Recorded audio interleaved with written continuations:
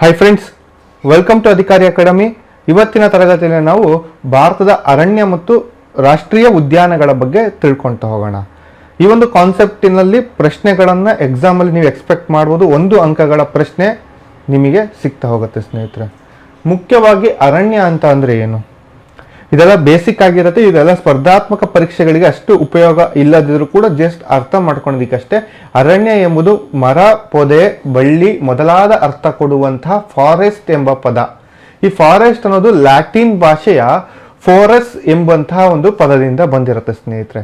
ಹಾಗಂತಂದ್ರೆ ಗ್ರಾಮದ ಹೊರಗೆ ಇರುವಂತಹ ಹಳ್ಳಿಯ ಗಡಿ ಅಂತ. ಮುಂಚೆ ಎಲ್ಲ ಅರಣ್ಯವನ್ನ ಕಡೆದು ನಗರಗಳನ್ನ, ಗ್ರಾಮಗಳನ್ನ ನಿರ್ಮಾಣ ಮಾಡ್ತಾ ಇದ್ರು. ಹಾಗಾಗಿ ಗ್ರಾಮಗಳ ಸುತ್ತ ಅರಣ್ಯಗಳು ಇರ್ತಾ ಇತ್ತು. ಹಾಗಾಗಿ ಆ ಒಂದು ಹಳ್ಳಿಯ ಗಡಿಯನ್ನ ಅರಣ್ಯ ಅಂತ ಕರಿತಾ ಇದ್ರು. ಅದೇ ಮುಂದುವರಿತಾ ಹೋಗುತ್ತೆ. ಪರಿಸರ ವಿಜ್ಞಾನದಲ್ಲಿ ಅರಣ್ಯ ಎಂಬ ಪದವನ್ನು ಹೆಚ್ಚು ವ್ಯಾಪಕವಾಗಿ ನಾವು ಬಳಸ್ತಾ ಹೋಗ್ತೀವಿ. ಅದರ ಅರ್ಥ ಕೂಡ ವ್ಯಾಪಕವಾಗೇ ಇದೆ. ಅದರಂತೆ ಮರ ಹಾಗೂ ಇತರ ವೃಕ್ಷಗಳ ಸಮೂಹವನ್ನು ನಾವು ಅರಣ್ಯ ಅಂತ ಕರಿತೀವಿ. ಅದ್ರ ಬಗ್ಗೆ ಇವತ್ತು ಅಧ್ಯಯನ ಮಾಡ್ತಾ ಹೋಗ್ತೀವಿ. ಅದಾದ ನಂತರದಲ್ಲಿ ನಾವು ಭಾರತದಲ್ಲಿ ಅರಣ್ಯಗಳನ್ನ ಹೇಗೆ ಡಿವೈಡ್ ಮಾಡಿದೀವಿ ಅಂತ ಅಧ್ಯಯನ ಮಾಡೋಣ.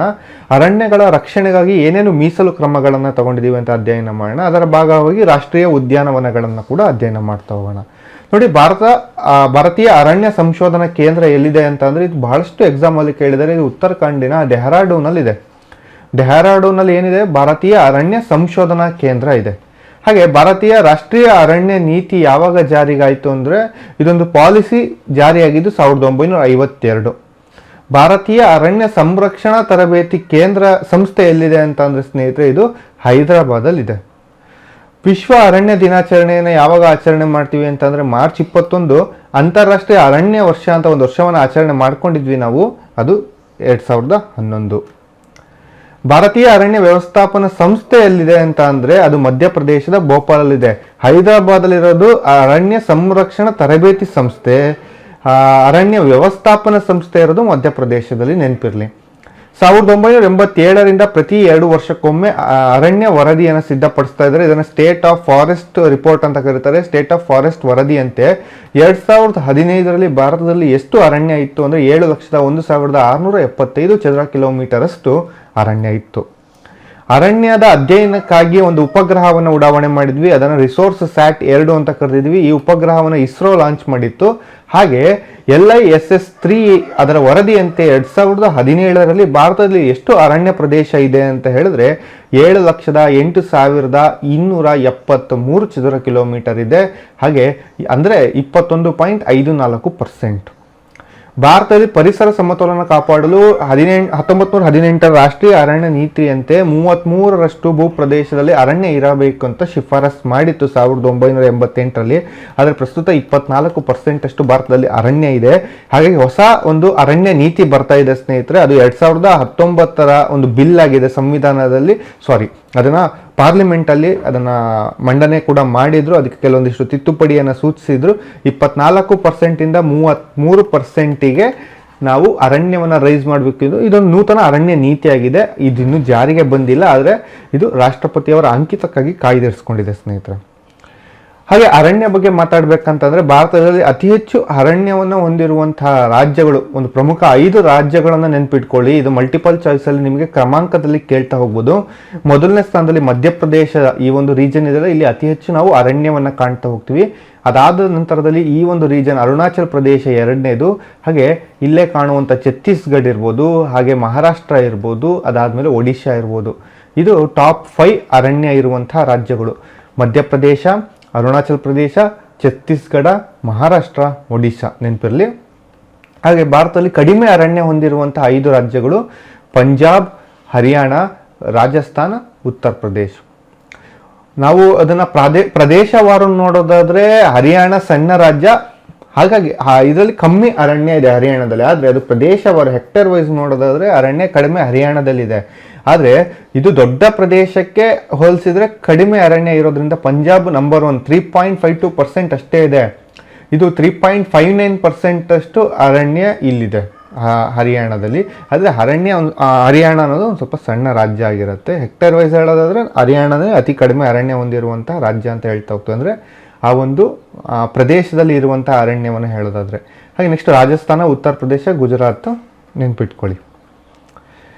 16ನೇ ISFR Indian state forest report ವರದಿ ಪ್ರಕಾರ ಭಾರತವು ಭೌಗೋಳಿಕ ಪ್ರದೇಶದಲ್ಲಿ 24.56% ಅರಣ್ಯಗಳಿಂದ ಆವೃತ ಆಗಿದೆ. ಈ ಹಿಂದೆ ಅಷ್ಟು ಡಿಸ್ಕಸ್ ಮಾಡಿದ್ವಿ. ಇದನ್ನು 33% ಮಾಡಬೇಕು ಅಂತ ನೂತನ ಅರಣ್ಯ ನೀತಿ ಹೇಳ್ತಾ ಇದೆ.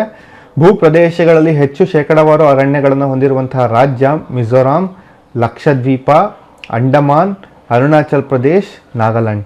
ಅಂದರೆ ಅದು ರಾಜ್ಯ ಸಣ್ಣದಾಗಿದೆ, ಅಲ್ಲೆಲ್ಲ ಫುಲ್ ಅರಣ್ಯನೇ ಇದೆ. ಇನ್ನೊಂದು ಯಾವುದೋ ದೊಡ್ಡ ರಾಜ್ಯ ಇದೆ, ಅಲ್ಲಿ ಇದಕ್ಕಿಂತ ಡಬಲ್ ಪ್ರದೇಶದಲ್ಲಿ ಅರಣ್ಯ ಇದೆ. ಹಾಗಾಗಿ ನಾನು ಈ ರಾಜ್ಯದಲ್ಲಿ ಅತಿ ಹೆಚ್ಚು ಅರಣ್ಯ ಇದೆ ಅಂತ ಹೇಳಿದ್ವಿ. ಫಾರ್ ಎಕ್ಸಾಂಪಲ್, ಇದು ಮಧ್ಯಪ್ರದೇಶ ಅಂತ ಅನ್ಕೊಳ್ಳಿ, ಇದು ಮಿಜೋರಾಂ ಅಂತ ಅನ್ಕೊಳ್ಳಿ. ಮಿಜೋರಾಂ ಇರೋದೇ ಸಣ್ಣ ರಾಜ್ಯ, ಈ ರಾಜ್ಯ ಫುಲ್ ಅರಣ್ಯದಿಂದ ಆವೃತ ಆಗಿದೆ. ಆದರೆ ಅದರ ಪ್ರದೇಶಕ್ಕೆ ಇದಕ್ಕೆ ಹೋಲಿಸಿದ್ರೆ ಕಡಿಮೆ ಇದೆ. ಹಾಗಾಗಿ ಪ್ರದೇಶವಾರು ಭೂ ಪ್ರದೇಶದಲ್ಲಿ ನಾವು ನೋಡಿದ್ರೆ ಅತಿ ಹೆಚ್ಚು ಅರಣ್ಯ ಇರೋದು ಎಲ್ಲಿ ಅಂತ ಅಂದರೆ ಮಿಜೋರಾಮಲ್ಲಿ ಇದೆ ಸ್ನೇಹಿತರೆ. ಹಾಗೆ ಲಕ್ಷದ್ವೀಪ ಸೆಕೆಂಡ್ ಇದೆ. 89.93% ಅಷ್ಟು ಅದರ ಭೂಭಾಗದಲ್ಲಿ ನಾವೇನು ಕಾಣ್ತೀವಿ, ಅರಣ್ಯವನ್ನು ಕಾಣ್ತಾ ಹೋಗ್ತೀವಿ. ನೆಕ್ಸ್ಟ್ ಲಕ್ಷದ್ವೀಪ, ಅಂಡಮಾನ್, ಅರುಣಾಚಲ್ ಪ್ರದೇಶ್, ನಾಗಾಲ್ಯಾಂಡ್. ನೆನಪಿರಲಿ, ಭೂಭಾಗದಲ್ಲಿ ಹೇಳಿದ್ರೆ ಮಿಜೋರಾಂ ಭೂಭಾಗ ಅಂತಂದರೆ ಆ ರಾಜ್ಯದಲ್ಲಿ ಇರುವಂಥ ವಿಸ್ತೀರ್ಣಕ್ಕೆ ತಕ್ಕಂತೆ ಹೇಳೋದಾದರೆ ಮಿಜೋರಾಮಲ್ಲಿ ಅತಿ ಹೆಚ್ಚು ಅರಣ್ಯ ಇದೆ.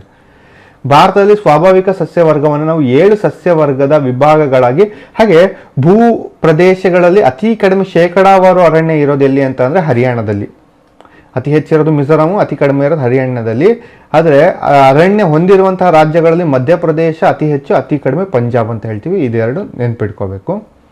ನೋಡಿ, 7 ರೀತಿಯಾಗಿ ವಿಂಗಡಣೆ ಮಾಡಿದ್ದೀವಿ ನಾವು ಅರಣ್ಯಗಳನ್ನು. ಒಂದು ಉಷ್ಣವಲಯದ ನಿತ್ಯ ಹರಿದ್ವರ್ಣ ಕಾಡುಗಳು, ಟ್ರಾಪಿಕಲ್ ಎವರ್ಗ್ರೀನ್ ಫಾರೆಸ್ಟ್ ಅಂತ. ಹಾಗೆ ಉಷ್ಣವಲಯದ ಎಲೆ ಉದುರುವ ಅಥವಾ ಮಾನ್ಸೂನ್ ಅರಣ್ಯಗಳು.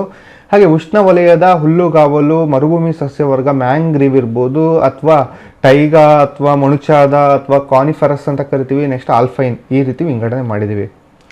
ಉಷ್ಣವಲಯದ ನಿತ್ಯ ಹರಿದ್ವರ್ಣ ಕಾಡುಗಳ ಬಗ್ಗೆ ಸ್ವಲ್ಪ ಮಾಹಿತಿಯನ್ನು ತಗೊಳ್ಳೋಣ. ಇದು ಭಾರತದಲ್ಲೂ ಕೂಡ ನಾವು ಕಾಣ್ತಾ ಹೋಗುವುದು. ಎಲ್ಲೆಲ್ಲಿ ಗ್ರೀನ್, ಡಾರ್ಕ್ ಗ್ರೀನಲ್ಲಿದ್ದಾರೆ, ಇದೆಲ್ಲ ಉಷ್ಣವಲಯದ ನಿತ್ಯ ಹರಿದ್ವರ್ಣ ಕಾಡುಗಳು ಅಂತ ಕರಿತೀವಿ. ಟ್ರಾಪಿಕಲ್ ಎವರ್ಗ್ರೀನ್ ಫಾರೆಸ್ಟ್ ಅಂತ ಹೇಳ್ತೀವಿ. ಇಲ್ಲಿ ಯಾವಾಗಲೂ ಕೂಡ ಹಸಿರಿನಿಂದ ಕೂಡಿರುವಂತಹ ಅರಣ್ಯವನ್ನು ಇರುತ್ತೆ. ಇದರ ವಾರ್ಷಿಕ ಉಷ್ಣಾಂಶ ಎಷ್ಟಿರುತ್ತೆ ಅಂದರೆ 25ರಿಂದ 27 ಸೆಂಟಿಗ್ರೇಡ್ ಅಷ್ಟಿರುತ್ತೆ ಸ್ನೇಹಿತರೆ. ಹಾಗೆ ಒಟ್ಟು ಅರಣ್ಯ ಪ್ರದೇಶದಲ್ಲಿ 8% ನಾವು ಇದನ್ನೇ ಕಾಣ್ತಾ ಹೋಗ್ತೀವಿ. ನಿತ್ಯ ಹರಿದ್ವರ್ಣ ವನದಲ್ಲಿ ಅರಣ್ಯದಲ್ಲಿರುವಂತಹ ಮರಗಳು 60 ಸೆಂಟಿಮೀಟರ್ಗಿಂತ ಹೆಚ್ಚು ಎತ್ತರಕ್ಕೆ ಬೆಳೆಯುತ್ತವೆ. ಇದರ ಒಂದು ಸರಾಸರಿ ಎತ್ತರ 60 ಸೆಂಟಿಮೀಟರ್. ಇವುಗಳನ್ನು ಎಮರ್ಜೆಂಟ್ ಮರಗಳು ಅಂತ ಕರಿತೀವಿ. ಇಲ್ಲಿ ಕಂಡುಬರುವಂತಹ ಸ್ಥಳಗಳು ಎಲ್ಲೆಲ್ಲಿ ಕಂಡುಬರುತ್ತೆ ಇದು ಅಂತ ನೋಡಿ, ಪಶ್ಚಿಮ ಘಟ್ಟಗಳಲ್ಲೆಲ್ಲ 6 ರಾಜ್ಯ ಅಂತ ಹೇಳಿದ್ವಿ. ಪಶ್ಚಿಮ ಘಟ್ಟ ಇಲ್ಲಿಂದನೇ ಸ್ಟಾರ್ಟ್ ಆಗುತ್ತೆ, ಗುಜರಾತಿಂದನೇ. ಇಲ್ಲಿ ನಾವು ಕಾಣ್ತಾ ಹೋಗೋದು ನಿತ್ಯ ಹರಿದ್ವರ್ಣ ಕಾಡುಗಳನ್ನು ಕಾಣ್ತಾ ಹೋಗೋದು. ಹಾಗೆ ಈಶಾನ್ಯ ರಾಜ್ಯಗಳಾದಂತಹ ಅಸ್ಸಾಂ ಇರ್ಬೋದು, ನಾಗಾಲ್ಯಾಂಡು, ಮಣಿಪುರ, ಮಿಜೋರಾಂ, ತ್ರಿಪುರ ಹಾಗೂ ಅಂಡಮಾನ್ ನಿಕೋಬಾರಲ್ಲಿ ಕಾಣ್ಬೋದು. ಸಮ್ ಪಾರ್ಟ್ ಆಫ್ ಈಸ್ಟರ್ನ್ ಕೋಸ್ಟಲ್ಲೂ ಕೂಡ ನಾವು ಕಾಣ್ತಾ ಹೋಗ್ತೀವಿ. ಪ್ರಮುಖ ಮರಗಳು ಇಲ್ಲಿ ಯಾವ್ದಾವ್ದು ಬೆಳೀತಾರೆ ಅಂತಂದರೆ ನಿಮ್ಗೆ ಗೊತ್ತಿದ್ದು ಮಹಾಗನಿ ಇರ್ಬೋದು, ಎಬೋನಿ ಇರ್ಬೋದು, ರೋಸ್ ವುಡ್ಡು, ರಬ್ಬರು, ಸಿಂಕೋನ, ಗರ್ಜನ್ನು, ಸಂಪ್ಲಾಸ, ಜಾಮೂನ್, ಆಗರ್, ಮೂಲಿ, ಬಿದಿರು ಇತ್ಯಾದಿ ಮರಗಳನ್ನು ನಾವು ಇಲ್ಲಿ ನೋಡ್ತಾ ಹೋಗ್ತೀವಿ.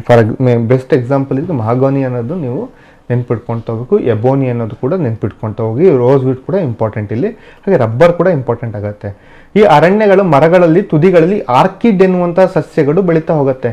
ಇದು ಆರ್ಕಿಡ್ ಸಸ್ಯಗಳು ಅಂತಂದ್ರೆ ಫಾರ್ ಎಕ್ಸಾಂಪಲ್ ಇದು ಎವರ್ಗ್ರೀನ್ ಫಾರೆಸ್ಟ್ನ ಮರಗಳು ಅಂತ ಅನ್ಕೊಳ್ಳಿ. ನೀವು ಮೇಲಿಂದ ಯಾವುದೋ ಡ್ರೋನ್ ಅಥವಾ ಹೆಲಿಕಾಪ್ಟರ್ ಸಹಾಯದಿಂದ ನೋಡಿದ್ರೆ ಇಲ್ಲೆಲ್ಲ ಹೂ ಬಿಟ್ಟಂತೆ ಕಾಣ್ತಾ ಹೋಗುತ್ತೆ. ಇದು ಹೂ ಬಿಟ್ಟಿರೋದು ಆ ಮರ ಬಿಡೋದಿಲ್ಲ. ಆ ಮರದಲ್ಲಿರುವಂಥ ಒಂದು ಬಳ್ಳಿ, ಅದು ಪರಾವಲಂಬಿ ಮರ ಆಗಿರುತ್ತೆ. ಪರಾವಲಂಬಿ ಆದಂಥ ಒಂದು ಬಳ್ಳಿ ಅದು ಹೂ ಬಿಡ್ತಾ ಹೋಗುತ್ತೆ. ಅದು ಆರ್ಕಿಡ್ ಸಸ್ಯಗಳು ಅಂತ ಕರಿತೀವಿ. ಅದು ಹೂ ಬಿಡೋದನ್ನ ಕಾಣ್ತಾ ಹೋಗ್ತೀವಿ. ಅದು ಎಲ್ಲಿ ಎಕ್ಸ್ಕ್ಲೂಸಿವ್ ಅಂತ ಅಂದರೆ ಅದು ಟ್ರಾಪಿಕಲ್ ಎವರ್ಗ್ರೀನ್ ಫಾರೆಸ್ಟ್ಗಳಲ್ಲಿ. ಈ ಅರಣ್ಯಗಳ ಕೇಂದ್ರ ಭಾಗವನ್ನು ನಾವು ಜೈವಿಕ ಸಂರಕ್ಷಣಾ ವಲಯ ಅಂತ ಕರಿತೀವಿ. ಈ ಅರಣ್ಯ ಎಲ್ಲೆಲ್ಲಿ ಯಾವ್ಯಾವ ದೇಶಗಳಲ್ಲಿ ಹಬ್ಬಿದೆ ಅಲ್ಲೆಲ್ಲ ಕೂಡ ನಾವು ಅದನ್ನು ಬಯೋಡೈವರ್ಸಿಟಿ ರಿಸರ್ವ್ ಅಂತ ಕರಿತಾ ಹೋಗ್ತೀವಿ. ಹಾಗೆ ಉಷ್ಣವಲಯದ ಎಲೆ ಉದುರುವ ಅಥವಾ ಮಾನ್ಸೂನ್ ಕಾಡುಗಳು ಇದು ಇಂಡಿಯನೈಸ್ಡ್ ಆಗಿದೆ ಅಥವಾ ಭಾರತಕ್ಕೆ ಭಾರತದಲ್ಲಿ ಇದು ಅತಿ ಹೆಚ್ಚು ನಾವು ಕಾಣ್ತಾ ಹೋಗ್ತೀವಿ. ಭಾರತದ ಅತಿ ಹೆಚ್ಚು ಭಾಗ ಭೌಗೋಳಿಕ ಕ್ಷೇತ್ರವನ್ನು ಇದು ಆವರಿಸಿದೆ. ಸರಾಸರಿ ಮಳೆಯ ಪ್ರಮಾಣ ಇಲ್ಲಿ 75ರಿಂದ 250 ಸೆಂಟಿಮೀಟರ್ ಇರಬೇಕು. ಇಲ್ಲಿ ಉಷ್ಣಾಂಶ ಕೂಡ 25ರಿಂದ 26 ಸೆಂಟಿಗ್ರೇಡ್ ಅಷ್ಟಿರುತ್ತೆ. ನೋಡಿ, ಒಟ್ಟು ಅರಣ್ಯ ಪ್ರದೇಶಗಳಲ್ಲಿ 65% ನಾವು ಇದೇ ಕಾಣ್ತೀವಿ ನಮ್ಮ ಭಾರತದಲ್ಲಿ. ಕಂಡುಬರುವಂತಹ ಸ್ಥಳಗಳು ಎಲ್ಲೆಲ್ಲಿ ಅಂತಂದರೆ ಇದೆ ಪಶ್ಚಿಮ ಘಟ್ಟ, ಪಶ್ಚಿಮ ಇಳಿಜಾರು, ಹಿಮಾಲಯ ಪರ್ವತಗಳ ಇಳಿಜಾರು ಇರುವುದು, ಒರಿಸ್ಸಾ, ಅಂಡಮಾನ್ ನಿಕೋಬಾರ್, ದಕ್ಕನ್ ಪ್ರಸ್ಥಭೂಮಿ, ವಿಂಧ್ಯ, ಸಾತ್ಪುರ, ಮಹಾದೇವ ಬೆಟ್ಟಗಳು ಭಾರತದಲ್ಲಿ ಆಲ್ಮೋಸ್ಟ್ ಇದು ಕಂಡುಬರುತ್ತೆ. ಕಂಡುಬರುವಂಥ ಇಲ್ಲಿ ಪ್ರಮುಖ ಮರಗಳು ಯಾವುದು ಅಂತಂದರೆ ತೇಗ, ಹೊನ್ನೆ, ಬಿಳಿಮತ್ತಿ, ಹಾಗೆ ಬಿಂಡಿ, ಶ್ರೀಗಂಧ, ಮಾವು, ಬೇವು, ಹಲಸು, ಆಲ, ಅದರಲ್ಲೂ ಶ್ರೀಗಂಧ ಇದು ಇಲ್ಲಿ ಕಂಡುಬರುವಂತಹ ಪ್ರಮುಖ ಮರ. ಹಾಗಾಗಿ ಭಾರತದಲ್ಲಿ ಈ ಅರಣ್ಯ ಜಾಸ್ತಿ ಇರೋದ್ರಿಂದ ಶ್ರೀಗಂಧ ಕೂಡ ಅತಿ ಹೆಚ್ಚು ನಾವು ಭಾರತದಲ್ಲಿ ಕಾಣ್ತಾ ಹೋಗ್ತೀವಿ ಇಡೀ ವಿಶ್ವದಲ್ಲೇ, ಅದರಲ್ಲೂ ಪ್ರಮುಖವಾಗಿ ಕರ್ನಾಟಕದಲ್ಲಿ.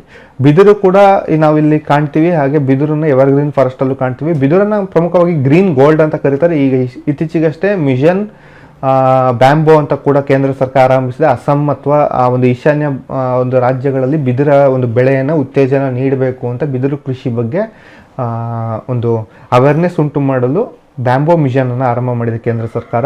ಇದನ್ನು ಹಸಿರು ಚಿನ್ನ ಅಂತ ಕರಿತೀವಿ. ಇದೊಂದು ಹುಲ್ಲಿನ ಜಾತಿಯ ಒಂದು ಸಸ್ಯ ಆಗಿರುತ್ತೆ ಬಿದಿರು. ಪ್ರಪಂಚದಲ್ಲಿ ಅತಿ ಹೆಚ್ಚು ತೇಗ ಸಾಗವಾನಿ ಮರಗಳು ಬೆಳೆಯುವ ದೇಶ ಅಂತ ಅಂದರೆ ಅದು ಮ್ಯಾನ್ಮಾರ್ ದೇಶ ಆಗಿರುತ್ತೆ, ಅದೇ ಬರ್ಮಾ. ಭಾರತದಲ್ಲಿ ಅತಿ ಹೆಚ್ಚು ಗಂಧದ ಮರಗಳನ್ನು ಬೆಳೆಯುವಂಥ ರಾಜ್ಯ ಯಾವುದು ಅಂದರೆ ಕರ್ನಾಟಕ, ನಂತರ ತಮಿಳುನಾಡು. ಉಷ್ಣವಲಯದ ಎಲೆ ಉದುರುವಂತಹ ಮಾನ್ಸೂನ್ ಫಾರೆಸ್ಟ್ಗಳು ಎಲ್ಲೆಲ್ಲಿ ಕಂಡು ಬರುತ್ತೆ ಇಲ್ಲಿ ನೋಡ್ತಾ ಹೋದು 65% ಭಾರತದ ಒಂದು ಭೂಭಾಗವನ್ನು ಆವರಿಸಿಕೊಂಡಿರುವಂಥ ಅರಣ್ಯ ಪ್ರದೇಶ ಅಂತಂದರೆ ಅದು tropical deciduous forest, tropical moist deciduous forest ಅಂತ ಹೇಳಿ. ಓಕೆ, ಇಲ್ಲಿ ಕಾಣ್ತಾ ಹೋಗ್ಬೋದು ನೀವು ಆ ಒಂದು ಮರಗಳು ಯಾವ ರೀತಿ ಇದೆ ಅಂತ ಹೇಳಿ. ಇದು ಟ್ರಾಪಿಕಲ್ ಎವರ್ ಗ್ರೀನ್ ಫಾರೆಸ್ಟ್ ಅಷ್ಟು ದಟ್ಟವಾಗಿರೋದಿಲ್ಲ, ಇದು ಎಲೆ ಉದುರುವ ಕಾಡಾಗಿರೋದ್ರಿಂದ ಸೀಸನ್ ವೈಸ್ ಅಲ್ಲಿ ನಾವು ದಟ್ಟತೆಯನ್ನು ಕಾಣ್ತಾ ಹೋಗ್ತೀವಿ. ಚಳಿಗಾಲ ಕಳೀತಾ ಇದೆ ಅಂತ ಅಂದರೆ ಅಲ್ಲಿ ಚಿಗುರೋದಕ್ಕೆ ಆರಂಭ ಆಗುತ್ತೆ ಎಲೆಗಳು. ಹಾಗೆ ಬೇಸಿಗೆಗಾಲ ಅಂತ್ಯ ಭಾಗ ಆಗ್ತಾ ಇದೆ ಅಂತ ಅಂದರೆ ನಾವು ಅಲ್ಲಿ ಮಳೆಗಾಲದ ಸಂದರ್ಭದಲ್ಲಿ ಸ್ವಲ್ಪ ಗಾಢತೆಯನ್ನು ಕಾಣ್ತೀವಿ. ಅದಾದ ನಂತರ ಮತ್ತೆ ಚಳಿಗಾಲ ಬಂತು ಅಂದರೆ ಅಲ್ಲಿ ಎಲೆ ಉದುರೋದನ್ನು ಕಾಣ್ತೀವಿ. ಈ ಒಂದು ಸೈಕಲನ್ನು ಫಾಲೋ ಮಾಡ್ತಾ ಹೋಗುತ್ತೆ ಈ ಒಂದು ಡಿಸಿಡಿಯಸ್ ಫಾರೆಸ್ಟ್. ಇಲ್ಲಿ ಎಲೆ ಉದುರೋದನ್ನು ನಾವು ಕಾಣ್ತಾ ಹೋಗ್ತೀವಿ. ಎಲೆ ಯಾಕೆ ಉದುರುತ್ತೆ ಅಂದರೆ ಈ ಮಣ್ಣಿನಲ್ಲಿರುವಂತಹ ಪೌಷ್ಟಿಕಾಂಶವನ್ನು ಹೆಚ್ಚಿಸಿ ತನ್ನ ಒಂದು ಆಹಾರವನ್ನು ತಾನೇ ಉತ್ಪಾದನೆ ಮಾಡ್ಕೋಬೇಕು ಅಂತ ಹೇಳಿ ಅದು ಎಲೆಯನ್ನು ಉದುರಿಸ್ಕೊಳ್ಳುತ್ತೆ. ಉಷ್ಣವಲಯದ ಹುಲ್ಲುಗಾವಲುಗಳು ಟ್ರಾಪಿಕಲ್ ಗ್ರಾಸ್ ಲ್ಯಾಂಡ್ ಅಂತ ಕರಿತೀವಿ ಇದನ್ನು. ವಾರ್ಷಿಕ ಸರಾಸರಿ ಮಳೆ 65 ರಿಂದ 75 ಸೆಂಟಿಮೀಟರ್, ಉಷ್ಣಾಂಶ 30 ಡಿಗ್ರಿ ಅಷ್ಟಿರುತ್ತೆ.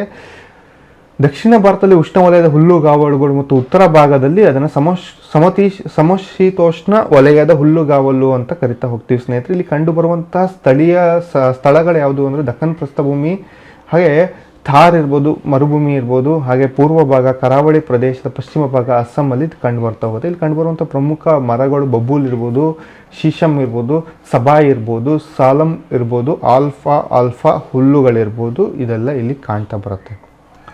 ಉಷ್ಣವಲಯದ ಹುಲ್ಲುಗಾವಲುಗಳು ಟ್ರಾಪಿಕಲ್ ಗ್ರಾಸ್ ಲ್ಯಾಂಡ್ ಎಲ್ಲೆಲ್ಲಿ ಆವರಿಸಿದಲ್ಲಿ ಹಳದಿ ಕಲರ್ ಕಾಣ್ತಿದೆ ಅದೆಲ್ಲ ಕೂಡ ಟ್ರಾಪಿಕಲ್ ಗ್ರಾಸ್ ಲ್ಯಾಂಡ್ ಆಗಿರುತ್ತೆ ಸ್ನೇಹಿತರೆ. ಅದು ಉತ್ತರದಲ್ಲೂ ಕಾಣುತ್ತೆ, ದಕ್ಷಿಣದಲ್ಲೂ ಕಾಣ್ ಬರ್ತಾ ಇರ್ತೀವಿ. ಈ ರೀತಿ ಅಲ್ಲಿ ಅತಿ ಹೆಚ್ಚು ಹುಲ್ಲಿನ ಬಯಲುಗಳನ್ನು ಕಾಣ್ತೀವಿ. ಈ ರೀತಿ ಹುಲ್ಲುಗಾವಲಿದ್ರೆ ಅಲ್ಲಿ ನಾವು ಕ್ಯಾಟಲ್ ಫೀಡಿಂಗ್ ಮಾಡೋದಕ್ಕೆ ಅನುಕೂಲ ಆಗುತ್ತೆ. ಹೈನುಗಾರಿಕೆಗೆ ಇದು ಯೋಗ್ಯವಾದಂಥ ಸ್ಥಳ ಆಗಿರುತ್ತೆ. ಮರುಭೂಮಿ ಸಸ್ಯವರ್ಗ ಡೆಸರ್ಟ್ ವೆಜಿಟೇಷನ್, ಇದ್ರ ಬಗ್ಗೆ ಡೆಸರ್ಟಲ್ಲಿ ನಾವು ಅಧ್ಯಯನ ಮಾಡಿದ್ವಿ ಈಗ ಆಲ್ರೆಡಿ. 25 ಸೆಂಟಿಮೀಟರ್ಗಿಂತ ಕಡಿಮೆ ಅಲ್ಲಿ ಮಳೆ ಆಗಬೇಕು ಸರಾಸರಿ, ಹಾಗೆ 30 ರಿಂದ 32 ಉಷ್ಣಾಂಶ ಇರುತ್ತೆ. ಅಲ್ಲಿ ಕಂಡುಬರುವಂಥ ಸಸ್ಯಗಳು ಮರುಭೂಮಿಯ ಬೆಳೆ ಸಸ್ಯಗಳನ್ನು ಏನಂತ ಕರಿತೀವಿ ಅಂತ ಕೂಡ ಅಧ್ಯಯನ ಮಾಡಿದ್ವಿ ಈ ಹಿಂದೆ. ಝೀರೋಫೈಟ್ಸ್ ಅಂತ ಕರಿತೀವಿ. ಫಾರ್ ಎಕ್ಸಾಂಪಲ್ ಪಾಪಸ್ ಕಳ್ಳಿ ಇರ್ಬೋದು, ಜಾಲಿ ಮರ, ಕರಿ, ಗೊಬ್ಬಳಿ, ಹಾಗೆ ಖರ್ಜೂರ, ಈಚಲು, ಕಿತ್ತಳೆ ಇತ್ಯಾದಿ ಮರಗಳನ್ನು ನಾವು ಅಲ್ಲಿ ಕಾಣ್ತಾ ಹೋಗ್ತೀವಿ.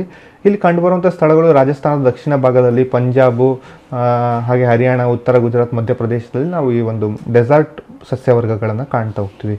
ಇಲ್ಲಿ ಪ್ರಮುಖವಾಗಿ ಒಂಟೆ ವಾಸ ಆಗುತ್ತೆ, ಅದಕ್ಕಾಗಿ ಇದನ್ನು ಮರಳುಗಾಡಿನ ಹಡಗು ಅಂತ ಕರಿತೀವಿ.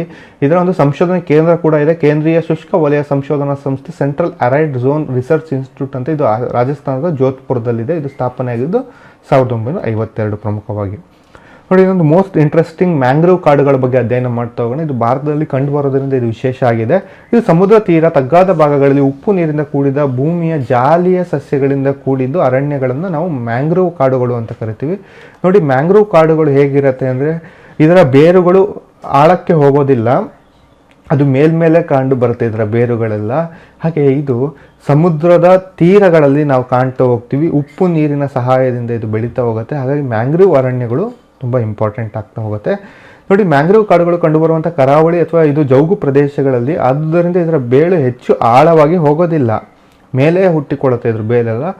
ಕರಾವಳಿ ಪ್ರದೇಶಗಳಲ್ಲಿ ಕಂಡುಬರುವ ಕಾಡುಗಳನ್ನು ನಾವೇನಂತ ಕರಿತೀವಿ? ಮ್ಯಾಂಗ್ರೋವ್ ಕಾಡು ಅಂತ ಕರಿತೀವಿ. ಇದರ ಹೆಸರುಗಳು ಉಬ್ಬರವಿಳಿತ ಅರಣ್ಯಗಳು ಅಂತ ಕರಿತೀವಿ. ಹಾಗೆ ಲೋಟರಲ್ ಅಂತಲೂ ಕರಿತೀವಿ ಇದನ್ನು.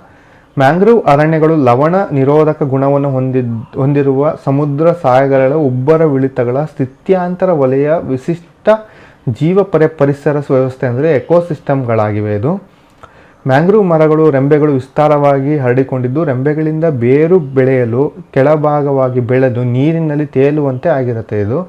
ಈ ನೋಡಿ, ಈ ಮರದ ವಿಶೇಷತೆ ಏನಂತ ಅಂದರೆ ಆ ಬೇರುಗಳು ಇದರ ಪೌಷ್ಟಿಕಾಂಶವನ್ನು ಹೀರ್ಕೊಳ್ಳೋದಕ್ಕೆ ಸಹಾಯ ಮಾಡ್ತಾ ಹೋಗುತ್ತೆ ಸ್ನೇಹಿತರೆ.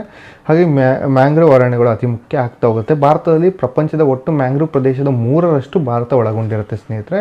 ಇಲ್ಲಿ ಯಾವ್ಯಾವ ಪ್ರದೇಶದಲ್ಲಿ ಅದು ತುಂಬ ಇಂಪಾರ್ಟೆಂಟ್. ಈ ಪ್ರದೇಶಗಳಲ್ಲಿ ಎಕ್ಸಾಮಲ್ಲಿ ಬಹಳಷ್ಟು ಸರಿ ಕೇಳಿದರೆ ಎಲ್ಲೆಲ್ಲಿ ಕಂಡು ಬರುತ್ತೆ ಅಂತ ಹೇಳಿ. ಪ್ರಮುಖವಾಗಿ ಅತಿ ಹೆಚ್ಚು ಕಂಡು ಬರೋದು ಸುಂದರ್ಬನ್ಸಲ್ಲಿ.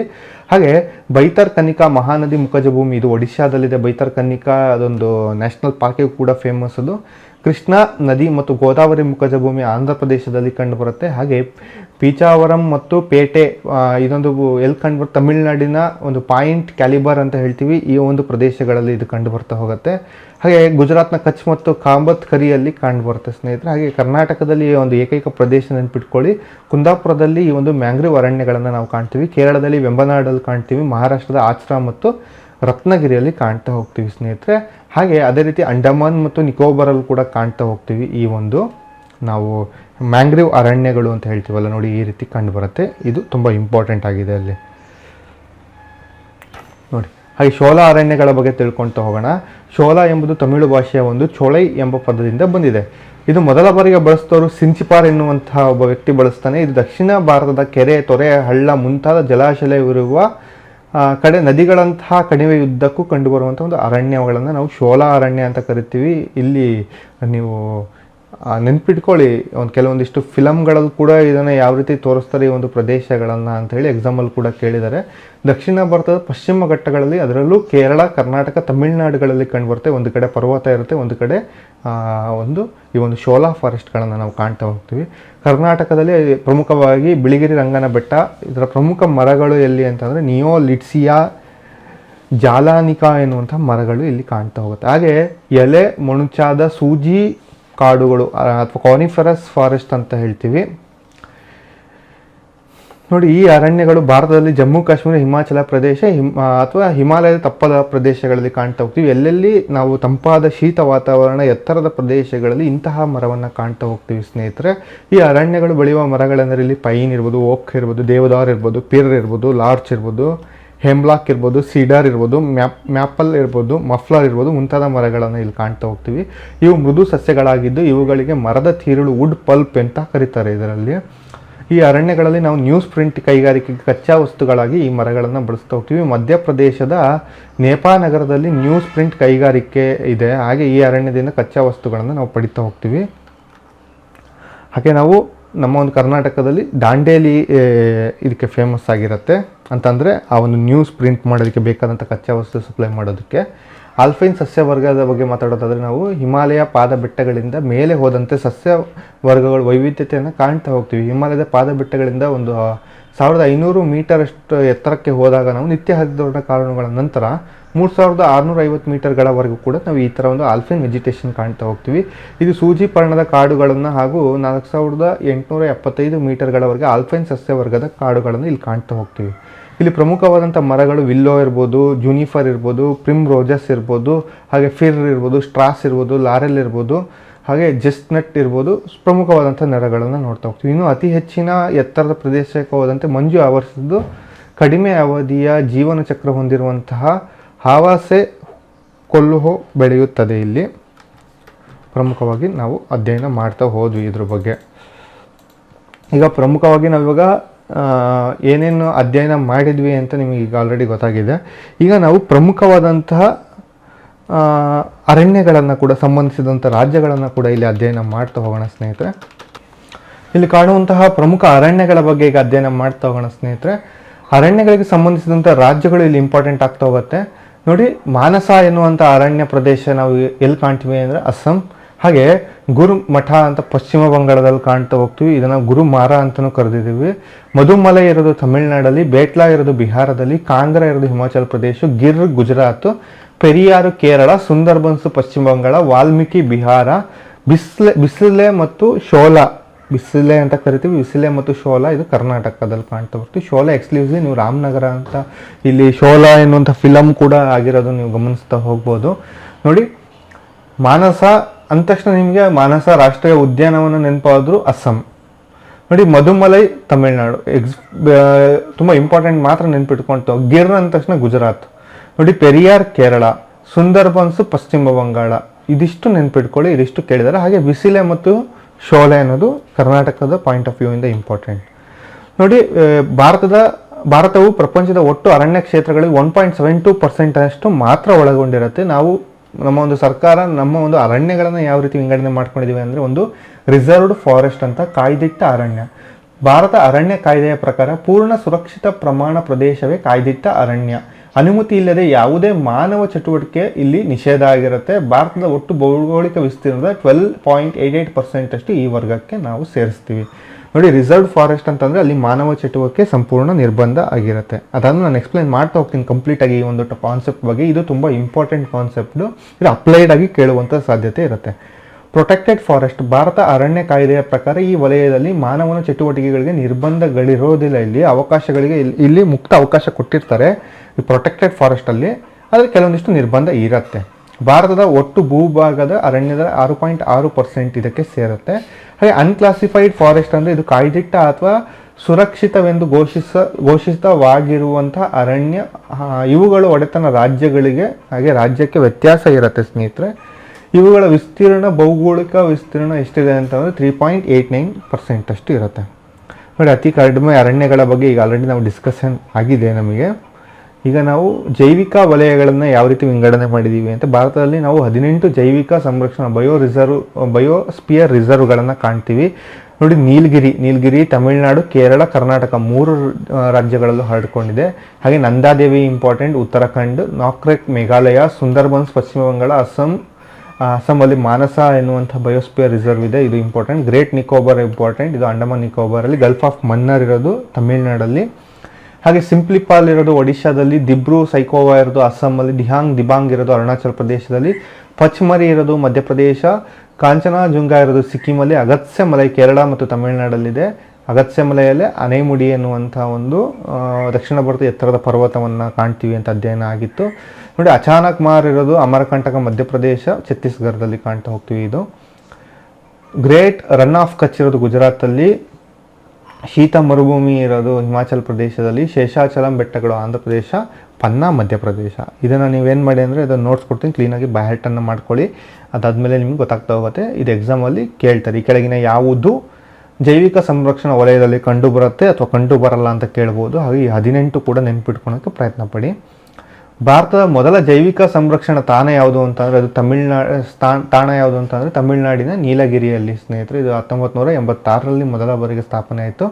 ಭಾರತದ ಅತಿ ದೊಡ್ಡ ಜೈವಿಕ ಸಂರಕ್ಷಣಾ ತಾಣ ಯಾವುದು ಅಂದರೆ ಗಲ್ಫ್ ಆಫ್ ಮನ್ನಾರು ತಮಿಳುನಾಡಲ್ಲಿದೆ. 10,500 ಸ್ಕ್ವೇರ್ ಕಿಲೋಮೀಟರ್ ಅಷ್ಟು ವಿಸ್ತೀರ್ಣ ಹೊಂದಿರುವಂಥ ಒಂದು ಜೈವಿಕ ಸಂರಕ್ಷಣಾ ತಾಣ ಆಗಿದೆ ಇದು. ಭಾರತ ಅತಿ ಚಿಕ್ಕ ಮತ್ತು ಇತ್ತೀಚೆಗೆ ಸೇರ್ಪಡೆ ಆದಂಥ ಜೈವಿಕ ಸಂರಕ್ಷಣಾ ತಾಣ ಯಾವುದು ಅಂದರೆ ಖಜುರಾಹೋ ಮಧ್ಯಪ್ರದೇಶದಲ್ಲಿರುವಂತಹ ಪನ್ನಾ. ನೋಡಿ, UNESCO man and biosphere reserve ಅಂತ ಕೂಡ ಘೋಷಣೆ ಮಾಡ್ತಾರೆ. ಭಾರತದಲ್ಲಿ ಯಾವುದಿದೆ UNESCO man and biosphere reserve ಅಂತ ಅಂದರೆ ಒಟ್ಟು ಪ್ರಮುಖವಾಗಿ ನೀಲಗಿರಿ, ಮನ್ನಾರ್ ಖಾರಿ, ಸುಂದರ್ಬನ್ಸು, ನಂದಾದೇವಿ, ನಾಕ್ರೆಕ್ಕು, ಪಚಮಾರಿ, ಸಿಂಪ್ಲಿಪಾಲು, ಅಚಾನಕ್ ಮಾರು, ಗ್ರೇಟ್ ನಿಕೋಬಾರು, ಹಾಗೆ ಅಗತ್ಯ ಮಲೈ 10 ನೆನ್ಪಿಟ್ಕೊಂಡೋಗಿ ಅದು ಕಾಂಬಿನೇಷನ್ ಮಾಡ್ಕೊಂಡು ನೀವು ನೋಡಿದ್ರೆ ನಿಮಗೆ ಆಲ್ರೆಡಿ ಐಡಿಯಾ ಬಂದುಬಿಡುತ್ತೆ. ಅದು ಇದರಲ್ಲಿ ಎಕ್ಸ್ಪ್ಲನೇಷನ್ ಮಾಡೋದು ಅಷ್ಟಾಗಿ ಏನು ಇಲ್ಲ ಇದರಲ್ಲಿ. ಯುನೆಸ್ಕೋ ವಿಶ್ವ ಪಾರಂಪರಿಕ ಪಟ್ಟಿ ವೆರಿ ವೆರಿ ಇಂಪಾರ್ಟೆಂಟು. ಪ್ರಸ್ತುತ ಯುನೆಸ್ಕೋ ವಿಶ್ವ ಪಾರಂಪರಿಕ ಪಟ್ಟಿಗಳಲ್ಲಿ ಎಷ್ಟು ತಾಣ ಇದೆ ಅಂತ ಕೇಳ್ಬೋದು. ಇದ್ರ ಬಗ್ಗೆ ನೀವು ಡೀಟೇಲಾಗಿ ಅಧ್ಯಯನವನ್ನು ಮಾಡ್ತಾ ಹೋಗೋದು. ಯುನೆಸ್ಕೋ ವಿಶ್ವ ಪಾರಂಪರಿಕ ಪಟ್ಟಿ ಒಟ್ಟು ನಮ್ಮಲ್ಲಿ 38 ಇದೆ. ಕಲ್ಚರಲ್ ಮತ್ತು ನಾವು ನ್ಯಾಚುರಲ್ ಅಂತ ಹೇಳ್ಬಿಟ್ಟು ವಿಂಗಡಣೆ ಮಾಡ್ತಾ ಹೋಗ್ತೀವಿ. ಅದಾದಮೇಲೆ ಒಂದು ಮಿಕ್ಸೆಡ್ ಇದೆ ಸ್ನೇಹಿತರೆ. ಹಾಗೆ ನಾವು ನ್ಯಾಚುರಲ್ ಯುನೆಸ್ಕೋ ವಿಶ್ವ ಪಾರಂಪರಿಕ ಪಟ್ಟಿಯಲ್ಲಿ ನಾವು ವಿಂಗಡಣೆ ಮಾಡಿಕೊಂಡಿರೋ ಪ್ರಕಾರ ಖಜುರಾಹೋ ರಾಷ್ಟ್ರೀಯ ಉದ್ಯಾನವನ, ಸುಂದರ್ಬನ್ಸು, ಮಾನಸ, ಕಿಲಡಿಯೋ ಗಾನ ಇದು ರಾಜಸ್ಥಾನದಲ್ಲಿದೆ, ನಂದಾದೇವಿ ಇದೆ, ಹಾಗೆ ದಿ ಗ್ರೇಟ್ ಹಿಮಾಲಯ ಇದೆ ಸ್ನೇಹಿತರೆ. ಹಾಗೆ ಪ್ರಮುಖವಾಗಿ ಇದಿಷ್ಟನ್ನು ನಾವು ಯುನೆಸ್ಕೋ ವಿಶ್ವ ಪಾರಂಪರಿಕ ಪಟ್ಟಿಗೆಗಳಲ್ಲಿ ಇರುವಂತಹ ರಾಷ್ಟ್ರೀಯ ಉದ್ಯಾನಗಳನ್ನು ಇದು ನ್ಯಾಚುರಲ್ ಪಟ್ಟಿಗೆ ಸೇರ್ಪಡೆಗೊಳ್ತಾ ಹೋಗುತ್ತೆ. ನೋಡಿ, ಅದಾದಮೇಲೆ ಈ ಒಂದು ಅರಣ್ಯಕ್ಕೆ ಸಂಬಂಧಪಟ್ಟಂತೆ ಕೆಲವೊಂದಿಷ್ಟು ಪ್ರಾಜೆಕ್ಟ್ಗಳಿದೆ, ಅದು ತುಂಬ ಇಂಪಾರ್ಟೆಂಟ್ ಆಗುತ್ತೆ. ಒಂದು ಪ್ರಾಜೆಕ್ಟ್ ಟೈಗರು 1973ರಲ್ಲಿ ಇದು ಸ್ಥಾಪನೆ ಆಗುತ್ತೆ. ನೋಡಿ, ಪ್ರಾಜೆಕ್ಟ್ ಟೈಗರು ಹುಲಿಗಳ ಸಂಖ್ಯೆಗಳ ಹೆಚ್ಚಳದ ಕುರಿತಂತೆ ಇರುತ್ತೆ. ಒಟ್ಟು ನಮ್ಮ ಒಂದು ದೇಶದಲ್ಲಿ ಎಷ್ಟು ಹುಲಿಗಳ ಸಂರಕ್ಷಣಾ ವಲಯಗಳಿದೆ ಅಂದರೆ 50 ಹುಲಿಗಳ ಸಂರಕ್ಷಣಾ ವಲಯ ಇದೆ ಭಾರತದಲ್ಲಿ. ನೋಡಿ, ಕರ್ನಾಟಕದಲ್ಲಿ ಯಾವ್ದಾವ್ದಿದೆ ಅಂತ ಇಂಪಾರ್ಟೆಂಟ್ ನೋಡ್ಕೊಳ್ಳಿ ಅಷ್ಟೇ. ಒಂದು ಬಂಡೀಪುರ, ಇನ್ನೊಂದು ಭದ್ರಾ, ಇನ್ನೊಂದು ದಾಂಡೇಲಿ ಮತ್ತು ಆಂಶಿ, ಹಾಗೆ ನಾಗರಹೊಳೆ, ಇನ್ನೊಂದು ಬಿಳಿಗಿರಿ ರಂಗನ ಒಂದು ಅರಣ್ಯ. 1, 2 ಬಿಳಿಗಿರಿ ರಂಗನಗಿರಿ, ಹಾಗೆ ನಾಗರಹೊಳೆ, ದಾಂಡೇಲಿ, ಆಂಶಿ, ಹಾಗೆ ಭದ್ರಾ, ಮತ್ತು ಇನ್ನೊಂದು ಪ್ರಮುಖವಾಗಿ ಬಂಡೀಪುರ. ಇದಿಷ್ಟು ನೆನ್ಪಿಟ್ಕೊಳ್ತಾ ಹೋಗಿ. ಅದಾದ್ಮೇಲೆ ಕ್ಲೀನಾಗಿ ಎಕ್ಸ್ಪ್ಲನೇಷನ್ ಮಾಡೋಣ. ಕರ್ನಾಟಕ ಜಿಯೋಗ್ರಫಿಯಲ್ಲಿ ಬಂದಾಗ ಇದ್ರ ಬಗ್ಗೆ ಒಂದೊಂದಾಗೆ ಅಧ್ಯಯನ ಮಾಡ್ತಾ ಹೋಗೋಣ. ನೋಡಿ, ಪ್ರಾಜೆಕ್ಟ್ ಟೈಗರ್ ಒಂದು ಬಂದಾಗಿಂದ ಕೂಡ ನಾವು 4 ವರ್ಷಕ್ಕೊಮ್ಮೆ ಸೆನ್ಸಸ್ ಮಾಡ್ತಾ ಹೋಗ್ತೀವಿ. ಇತ್ತೀಚೆಗಷ್ಟೇ ಆದಂತಹ 2018ರ ಸೆನ್ಸಸ್ ಪ್ರಕಾರ ಅತಿ ಹೆಚ್ಚು ಹುಲಿ ಇರುವಂತಹ ರಾಜ್ಯ ಮಧ್ಯಪ್ರದೇಶ ಆಗಿದೆ. ಈ ಹಿಂದೆ ಕರ್ನಾಟಕ ಇತ್ತು. ಅದಾದ ನಂತರ ಸೆಕೆಂಡ್ ಪ್ಲೇಸಲ್ಲಿ ಕರ್ನಾಟಕ ಇದೆ. ಇದ್ರ ಬಗ್ಗೆ ಕ್ಲೀನಾಗಿ ಅಧ್ಯಯನವನ್ನು ನಾವು ಮಾಡೋಣ. ಈಗ ನೋಡಿ, ಹುಲಿಗಳ ದಿನಾಚರಣೆ ಅಂತ ವಿಶ್ವ ಹುಲಿ ದಿನ ಅಂತ ಹೇಳಿ ನಾವು ಜುಲೈ 29 ಆಚರಣೆ ಮಾಡ್ತಾ ಹೋಗ್ತೀವಿ. ಆ ದಿನದಂದು ನಾವು ಹುಲಿಗಳ ಸೆನ್ಸಸ್ಸನ್ನು ನಾವು ನೋಡ್ತಾ ಹೋಗ್ತೀವಿ ಸ್ನೇಹಿತರೆ. ನೋಡಿ, ಮೊದಲ ಸ್ಥಾನದಲ್ಲಿ ಅತಿ ಹೆಚ್ಚು ಹುಲಿ ಇರುವಂತಹ ರಾಜ್ಯ ಯಾವುದು ಅಂದರೆ MP. ಎಷ್ಟು ಹುಲಿ ಇದೆ ಅಂದರೆ 526 ಹುಲಿಗಳನ್ನು ನಾವು ಕಾಣ್ತಾ ಹೋಗ್ತೀವಿ. ಎರಡನೇ ಸ್ಥಾನದಲ್ಲಿ ಪ್ರಮುಖವಾಗಿ ಕರ್ನಾಟಕ ಇದೆ. ಇದರ ಹುಲಿ ಕೂಡ ನೆನ್ಪಿಟ್ಕೊಳ್ಳಿ 524, ಕೇವಲ 2 ಹುಲಿಗಳ ವ್ಯತ್ಯಾಸ ಇದೆ. ಅತಿ ಹೆಚ್ಚು ಹುಲಿ ಇರೋದು ರಾಜ್ಯ ಮಧ್ಯಪ್ರದೇಶ 526, ಅತಿ ಕಡಿಮೆ ಇರೋದು 524. ಈ ಪ್ರಾಜೆಕ್ಟ್ ಟೈಗರ್ಗಿಂತ ಮುಂಚೆ ಭಾರತದ ರಾಷ್ಟ್ರೀಯ ಪ್ರಾಣಿ ಯಾವುದಾಗಿತ್ತು ಅಂತ ಅಂದರೆ ಸಿಂಹ ಆಗಿರುತ್ತೆ, ಏಷ್ಯಾಟಿಕ್ ಲಯನ್ ಆಗಿರುತ್ತೆ. ಅದಾದ ನಂತರದಲ್ಲಿ ಇಂದಿರಾ ಗಾಂಧಿ ಅವರ ಕಾಲದಲ್ಲಿ ನಾವು ಪ್ರಾಜೆಕ್ಟ್ ಟೈಗರ್ ಅಂತ ತರ್ತೀವಿ. ಇಲ್ಲಿಂದ ಈಚೆಗೆ ಭಾರತದ ರಾಷ್ಟ್ರೀಯ ಪ್ರಾಣಿಯನ್ನು ನಾವು ಹುಲಿ ಅಂತ ಘೋಷಣೆ ಮಾಡ್ತೀವಿ. ಇಡೀ ವಿಶ್ವದಲ್ಲೇ ಒಂದು ದೇಶ ಇದೆ ಅಂತೆ, ಆ ದೇಶದಲ್ಲಿ ಹುಲಿ ಮತ್ತು ಸಿಂಹ ಎರಡೂ ಕಾಣುತ್ತೆ ಅಂದರೆ ಆ ದೇಶವೇ ಭಾರತ ಆಗಿರುತ್ತೆ. ಏಕೈಕ ಭಾರತದಲ್ಲಿ ಮಾತ್ರ ನಾವು ಸಿಂಹವನ್ನು ಕೂಡ ಕಾಣ್ತೀವಿ, ಹುಲಿಯನ್ನು ಕೂಡ ಕಾಣ್ತೀವಿ. ಸಿಂಹವನ್ನು ನಾವು ಎಲ್ಲಿ ಕಾಣ್ತೀವಿ ಅಂತಂದರೆ ಗುಜರಾತ್ನ ಗಿರ್ ಅರಣ್ಯಗಳಲ್ಲಿ ಕಾಣ್ತೀವಿ. ಆದರೆ ಹುಲಿ ಹಾಗಲ್ಲ. ಹುಲಿ ಭಾರತಾದ್ಯಂತ ಇಂಡಿಜಿನಿಯಸ್ ಆಗಿ ನಮ್ಮ ಒಂದು ದೇಶಗಳಲ್ಲಿ ದೇಶೀಯವಾಗಿ ನಾವು ಅದು ದೇಸಿ ಹುಲಿಗಳನ್ನು ಕಾಣ್ತಾ ಹೋಗ್ತೀವಿ ಸ್ನೇಹಿತರೆ.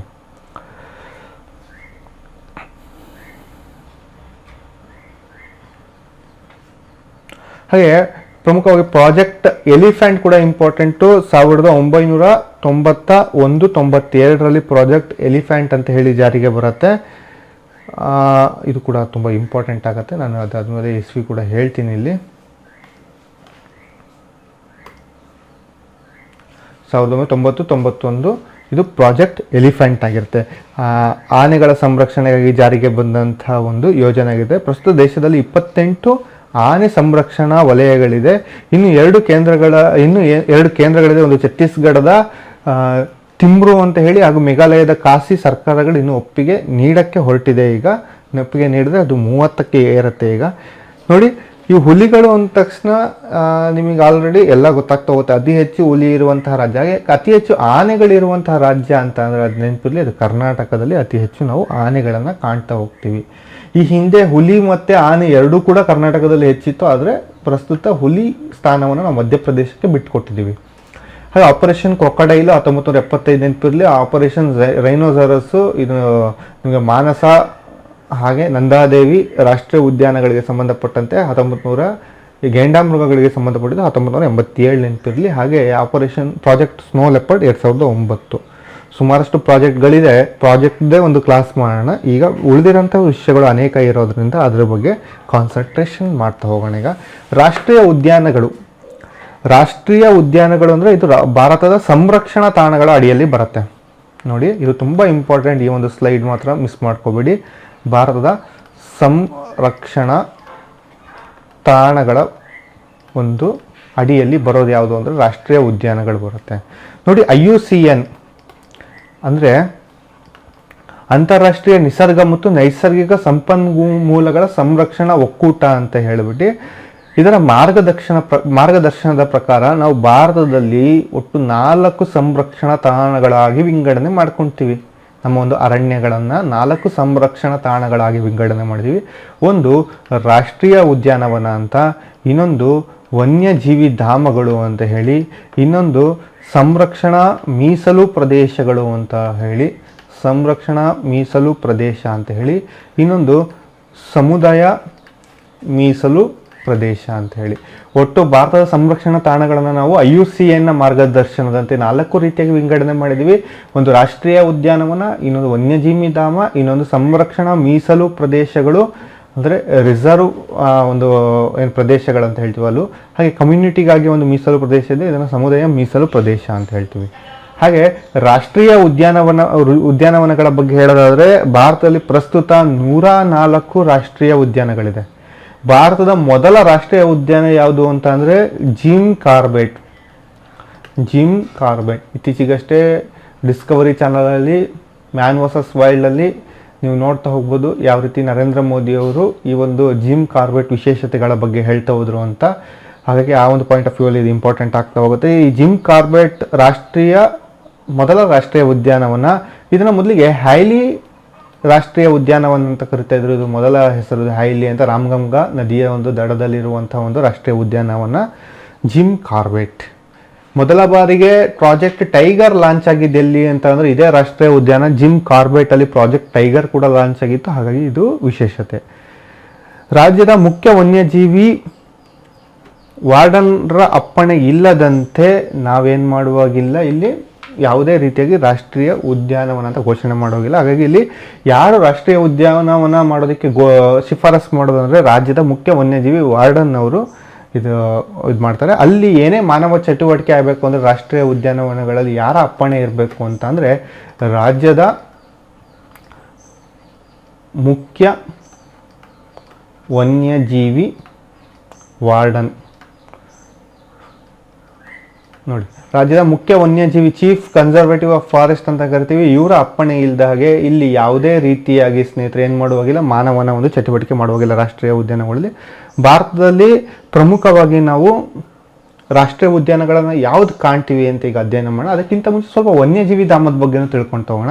ನೋಡಿ, ಭಾರತದಲ್ಲಿ ಒಟ್ಟು 543 ವನ್ಯಜೀವಿ ಧಾಮಗಳಿದೆ. ಒಟ್ಟು 104 ರಾಷ್ಟ್ರೀಯ ಉದ್ಯಾನಗಳಿದೆ, ಅದು ನೆನಪಿರಲಿ. ಹಾಗೆ ಸಂರಕ್ಷಣಾ ಮೀಸಲು ಪ್ರದೇಶ ಅಂತ ಅಂದರೆ ಇದನ್ನು ವನ್ಯಜೀವಿ ಸಂರಕ್ಷಣಾ ತಿದ್ದುಪಡಿ ಕಾಯ್ದೆ 2002ರಿಂದ ನಾವು ಇದನ್ನು ಸೇರಿಸ್ಕೊಂಡಿದ್ವಿ, ಸಂರಕ್ಷಣಾ ಮೀಸಲು ಪ್ರದೇಶ ಅಂತೇಳಿ. ಇದೊಂದು ರಾಷ್ಟ್ರೀಯ ಉದ್ಯಾನವನ ಮತ್ತು ವನ್ಯಜೀವಿ ಧಾಮಗಳ ನಡುವೆ ಕಂಡು ಬರುವಂಥ ಒಂದು ಬಫರ್ ಝೋನ್ ಆಗಿದೆ. ಅಂದರೆ ಬಫರ್ ಝೋನ್ ಅಂತಂದರೆ ಮಧ್ಯದಲ್ಲಿ ಇರುವಂತಹ ಪ್ರದೇಶ.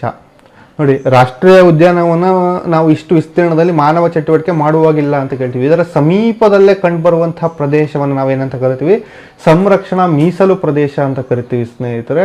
ಹಾಗೆ ಇದನ್ನು ಬಫರ್ ಝೋನ್ ಅಂತ ಕರಿತೀವಿ. ಇದೊಂದು ತಟಸ್ಥ ಪ್ರದೇಶ ಆಗಿರುತ್ತೆ. ಇದು ಸಂಪೂರ್ಣ ಸರ್ಕಾರದ ಹಾಗೂ ನಿರ್ಜನ ಪ್ರದೇಶ ಆಗಿರುತ್ತೆ, ಸರ್ಕಾರದ ಸ್ವಾಮ್ಯಕ್ಕೆ ಒಳಪಟ್ಟಂತಹ ಪ್ರದೇಶ. ಹಾಗೆ ಸಮುದಾಯ ಮೀಸಲು ಪ್ರದೇಶ ಅಂತ ಇನ್ನೊಂದು ರೀತಿ ಇದೆ. ಇದನ್ನು ಕೂಡ ವನ್ಯಜೀವಿ ಸಂರಕ್ಷಣಾ ತಿದ್ದುಪಡಿ 2002ರಿಂದ ಸೇರಿಸ್ಕೊಂಡಿದ್ದೀವಿ. ಇದೊಂದು ರಾಷ್ಟ್ರೀಯ ಉದ್ಯಾನ ಮತ್ತು ವನ್ಯಜೀವಿ ಭಾಗಗಳ ಮೀಸಲು ಸಂರಕ್ಷಿತ ಪ್ರದೇಶಗಳ ಇದು ಕೂಡ ಒಂದು ಬಫರ್ ಝೋನೆ. ಇದು ಕೂಡ ಇಲ್ಲೇ ಸಮೀಪದಲ್ಲಿ ಕಾಣುವಂಥ ಒಂದು ಬಫರ್ ಝೋನ್ ಆಗಿದೆ. ಆದರೆ ಸಮುದಾಯದ ಜೀವನಾಧಾರಕ್ಕಾಗಿ ಈ ಭೂಮಿಯನ್ನು ಬಳಸಬಹುದು, ಏಕೆಂದರೆ ಭೂಮಿಯ ಒಂದು ಭಾಗವನ್ನು ಖಾಸಗಿ ಒಡೆತನದಲ್ಲಿರುತ್ತೆ. ಇಲ್ಲಿ ಯಾವುದೇ ರೀತಿ ಇದು ಸರ್ಕಾರದ ಒಡೆತನ, ಇದು ಖಾಸಗಿ ಒಡೆತನ, ಇಂತಹ ಒಂದು ಪ್ರದೇಶವನ್ನು ಸಮುದಾಯ ಮೀಸಲು ಪ್ರದೇಶ, ಸಂಪೂರ್ಣ ಸರ್ಕಾರದ ಒಡೆತನ ಇದ್ದರೆ ಇದನ್ನು ಸಂರಕ್ಷಣಾ ಮೀಸಲು ಪ್ರದೇಶ ಅಂತ ಕರಿತೀವಿ ಸ್ನೇಹಿತರೆ. ವನ್ಯಜೀವಿ ಕಾಯ್ದೆಗಳಿಗೆ ಸಂಬಂಧಪಟ್ಟಂತೆ ನಾವು ಒಂದು ಲಿಸ್ಟನ್ನೇ ಮಾಡ್ತಾ ಹೋಗ್ಬೋದು. ಪ್ರಮುಖವಾಗಿ ಯಾವ್ಯಾವ ನ್ಯಾಷನಲ್ ಪಾರ್ಕ್ಗಳಿದೆ ಅಂತ ಎಕ್ಸಾಮಲ್ಲಿ ಕೇಳ್ತಾ ಹೋಗ್ತಾರೆ. ನೋಡಿ, ಇದನ್ನು ನಾವು ನಿಮಗೆ ನೋಟ್ಸ್ ಕೂಡ ಸ್ಟಡಿ ಮೆಟೀರಿಯಲ್ ಪ್ರೊವೈಡ್ ಮಾಡಿರ್ತೀವಿ, ಅಲ್ಲಿ ನೋಡ್ತಾ ಹೋಗ್ಬೋದು. ಪ್ರಮುಖವಾಗಿ ನಾನು ಹೇಳೋದಾದರೆ ನೀವು ಯಾವ್ಯಾವುದನ್ನು ನೆನ್ಪಿಟ್ಕೋಬೇಕು. ನೋಡಿ, ಭಾರತದ ಅತಿ ದೊಡ್ಡ ರಾಷ್ಟ್ರೀಯ ಉದ್ಯಾನವನ ಯಾವುದು ಅಂದರೆ ಹೇಮಿಸ್ ನ್ಯಾಷನಲ್ ಪಾರ್ಕು. ಇದರದ್ದು ಜಮ್ಮು ಕಾಶ್ಮೀರದಲ್ಲಿ, ಇದನ್ನು ನೆನ್ಪಿಟ್ಕೊಳ್ಳಿ. ಹಾಗೆ ಪಕ್ಕದ ಆಂಧ್ರದಲ್ಲಿ ಯಾವುದ್ಯಾವುದಿದೆ ಅಂತಂದರೆ ಪಾಪಿಕೊಂಡ ಇದೆ, ವೆಂಕಟೇಶ್ವರ ನ್ಯಾಷನಲ್ ಪಾರ್ಕ್ ಇದೆ. ನೋಡಿ, ಯಾವುದು ಇಂಪಾರ್ಟೆಂಟು ಅದನ್ನು ಮಾತ್ರ ನಾನು ನಿಮಗೆ ಹೇಳ್ತಾ ಹೋಗ್ತೀನಿ, ಅದು ತುಂಬ ಇಂಪಾರ್ಟೆಂಟು. ಹಾಗೆ ಯಾವುದು ನೀವು ನೆನ್ಪಿಟ್ಕೊಬೇಕು ಅದನ್ನು ಕ್ಲೀನಾಗಿ ನೆನ್ಪಿಟ್ಕೊಳ್ತಾ ಹೋಗಿ. ನೋಡಿ, ಭಾರತದ ಅತಿ ದೊಡ್ಡ ವನ್ಯಜೀವಿ ಧಾಮ ಯಾವುದು ಅಂತ ಕೇಳಿದ್ರೆ, ವನ್ಯಜೀವಿ ಧಾಮ ಅಂದರೆ ಏನಂತ ಗೊತ್ತಾಗಿದೆಯಲ್ಲ, ರನ್ ಆಫ್ ಕಚ್.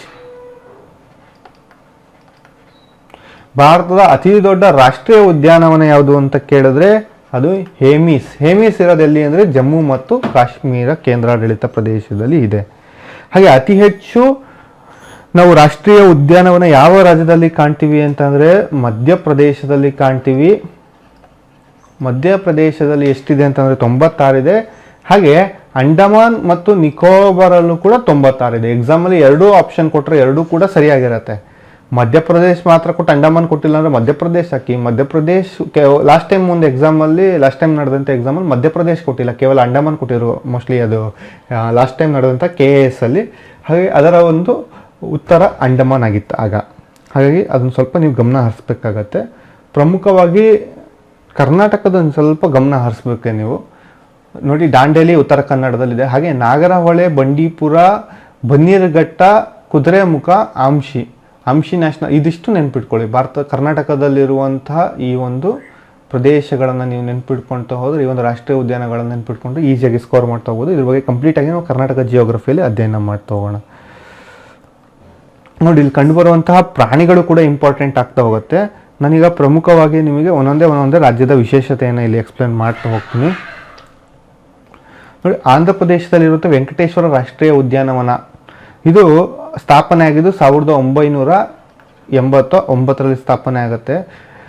ಇಲ್ಲಿ ವನ್ಯಜೀವಿ ಧಾಮಗಳು ಕೂಡ ಇದೆ. ಕೌಂಡಿನ್ಯ, ಮೃಗವಾಣಿ, ನಾಗಾರ್ಜುನ ಸಾಗರ ಇದೆಲ್ಲ ಸೇರಿ ಈ ಒಂದು ರಾಷ್ಟ್ರೀಯ ಉದ್ಯಾನಗಳನ್ನು ನಿರ್ಮಾಣ ಮಾಡಿಕೊಟ್ಟಿದೆ. ಇಲ್ಲಿ ನೋಡಿ, ಶ್ರೀಶೈಲಂ ಇರ್ಬೋದು, ಕೋರಿಂಗ ಇರ್ಬೋದು, ತೆಲನಾಲಪುರಂ ಇರ್ಬೋದು, ತುಚಿಕೊಂಚಿ ಪಕ್ಷಿಧಾಮ, ಇದೆಲ್ಲ ಕೂಡ ಈ ಸಮೀಪದಲ್ಲಿ ಕಂಡುಬರುತ್ತೆ. ವೆಂಕಟೇಶ್ವರ ರಾಷ್ಟ್ರೀಯ ಪಾರ್ಕ್ ಇದು ತುಂಬ ಇಂಪಾರ್ಟೆಂಟ್. ಆಂಧ್ರದಲ್ಲಿ ವೆಂಕಟೇಶ್ವರ ನ್ಯಾಷನಲ್ ಪಾರ್ಕ್ ಅಂದರೆ ತುಂಬ ಫೇಮಸ್ ಇದೆ. ಇದನ್ನು ನೀವು ನೆನ್ಪಿಟ್ಕೊಳ್ತಾ ಹೋಗಿ. ಹಾಗೆ ನೀವು ಅರುಣಾಚಲ್ ಪ್ರದೇಶಕ್ಕೆ ಬರೋದಾದರೆ, ಈಗ ಅರುಣಾಚಲ್ ಪ್ರದೇಶದ ಸಂಬಂಧಪಟ್ಟಂತೆ ಕೂಡ ಇಂಪಾರ್ಟೆಂಟ್ ನಾಮದಫಾ. ನೀವು ಅರುಣಾಚಲ್ ಪ್ರದೇಶ ಅಂತಂದರೆ ನಾಮದಫಾ ತುಂಬ ನೆನ್ಪಿಟ್ಕೊಳ್ಳಿ. ನಾಮದಫಕ್ಕೆ ಸಂಬಂಧಪಟ್ಟಂತೆ ಪಿಗ್ಮಿ ಹಾಗ್ ಎನ್ನುವಂಥ ಒಂದು ಹಂದಿ ಇಲ್ಲಿ ಕಂಡುಬರುತ್ತೆ. ಅದು ಇಲ್ಲಿ ಮಾತ್ರ ಕಂಡುಬರುವಂಥ ಪ್ರಭೇದ ಆಗಿದೆ, ಪಿಗ್ಮಿ ಹಾಗ್ ಎನ್ನುವಂಥ ಒಂದು ಸಣ್ಣ ಹಂದಿ. ಹಾಗೆ ಅರುಣಾಚಲ್ ಪ್ರದೇಶದಲ್ಲಿ ಮೌಲಿಂಗ್ ರಾಷ್ಟ್ರೀಯ ಉದ್ಯಾನವನ ಕೂಡ ನಾವು ಕಾಣ್ತಾ ಹೋಗ್ತೀವಿ. ನೋಡಿ, ಅಸ್ಸಾಂ ಅಂದ ತಕ್ಷಣ ಕಾಜಿರಂಗ, ದಿಬ್ರು ಸಕೈಕೋವಾ, ಮಾನಸ, ನಾಮೇರಿ, ಓರಂಗ್ ಇದಿಷ್ಟು ನೆನ್ಪಿಟ್ಕೊಳ್ಳಿ. ಕಾಜಿರಂಗ ಗೆಂಡಾಮೃಗಕ್ಕೆ ಫೇಮಸ್ಸು, ಹಾಗೆ ಮಾನಸನೂ ಕೂಡ ಹೌದು, ಹಾಗೆ ಓರಂಗು ಹುಲಿಗಳಿಗೆ ಫೇಮಸ್. ಇಲ್ಲಿ ಇದನ್ನಿಷ್ಟನ್ನು ಗಮನ ಹರಿಸ್ತಾ ಹೋಗಿ.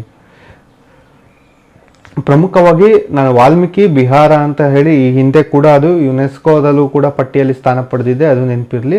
ನೋಡಿ, ಛತ್ತೀಸ್ಗಢಲ್ಲಿ ಕೂಡ ಕಂಡುಬರೋದನ್ನು ನೆನ್ಪಿಟ್ಕೊಳ್ತಾ ಹೋಗಿ. ಗೋವಾದಲ್ಲಿ ಮೋಲೆನ್ ರಾಷ್ಟ್ರೀಯ ಉದ್ಯಾನವನ ಇರಲಿ, ಗುಜರಾತ್ ಗಿರ್ ಇರ್ಬೋದು, ಬ್ಲ್ಯಾಕ್ ಬಕ್ ಇರ್ಬೋದು, ಮೆರೈನ್ ನ್ಯಾಷನಲ್ ಪಾರ್ಕ್ ಇರೋದು ಗಲ್ಫ್ ಆಫ್ ಕಚ್ಚಲ್ಲಿದೆ, ಇದಿಷ್ಟನ್ನು ನೆನ್ಪಿಟ್ಕೊಳ್ಳಿ. ಹಾಗೆ ವನ್ಸ್ದಾ ನ್ಯಾಷನಲ್ ಪಾರ್ಕ್ ಕೂಡ ಅಲ್ಲೇ ಕಂಡುಬರುತ್ತೆ. ನೋಡಿ, ಈ ಒಂದು ಲಿಸ್ಟಲ್ಲಿರೋದು ಪ್ರಮುಖವಾಗಿ ನೀವು ಗಮನಿಸ್ತಾ ಹೋಗ್ಬೋದು ಯಾವ್ದಾವ್ದು ಇಂಪಾರ್ಟೆಂಟ್ ಇದೆ ಅಂತ. ಅದೆಲ್ಲ ಕೂಡ ನಾನು ಇವಾಗ ಎಕ್ಸ್ಪ್ಲೈನ್ ಮಾಡಿದ್ದೀನಿ ನಿಮಗೆ. ಪ್ರಮುಖವಾಗಿ ಇನ್ನೊಂದು ಸಣ್ಣ ಕಾನ್ಸೆಪ್ಟ್ ಇದೆ, ಅದನ್ನು ಕೂಡ ಇಲ್ಲಿ ನೋಡೋಣ. ವಿಶ್ವ ಪಾರಂಪರಿಕ ಪಟ್ಟಿಗೆ ಸೇರಿರುವಂಥ ರಾಷ್ಟ್ರೀಯ ಉದ್ಯಾನಗಳನ್ನು ನೀವು ನೆನ್ಪಿಟ್ಕೊಳ್ಳಿ. ಇದಿಷ್ಟನ್ನು ನಾನು ನಿಮಗೆ ಹೇಳ್ಬೋದು. ಹಾಗಾಗಿ ಇವತ್ತಿನ ಒಂದು ತರಗತಿಯಲ್ಲಿ ಕಂಪ್ಲೀಟ್ ಆದಂಥ ಕಾನ್ಸೆಪ್ಟನ್ನು ಇಲ್ಲಿ ಕವರ್ ಮಾಡಿದ್ದೀವಿ. ಇದನ್ನು ನೀವು ಮತ್ತೆ ರಿವಿಷನ್ ಮಾಡ್ತಾ ಹೋಗ್ಬೇಕಾಗತ್ತೆ ನೀವು ಅಂತ ಹೇಳ್ತಾ ಇವತ್ತಿನ ತರಗತಿ ಮುಗಿಸೋಣ ಸ್ನೇಹಿತರೆ. ಜೈ ಹಿಂದ್.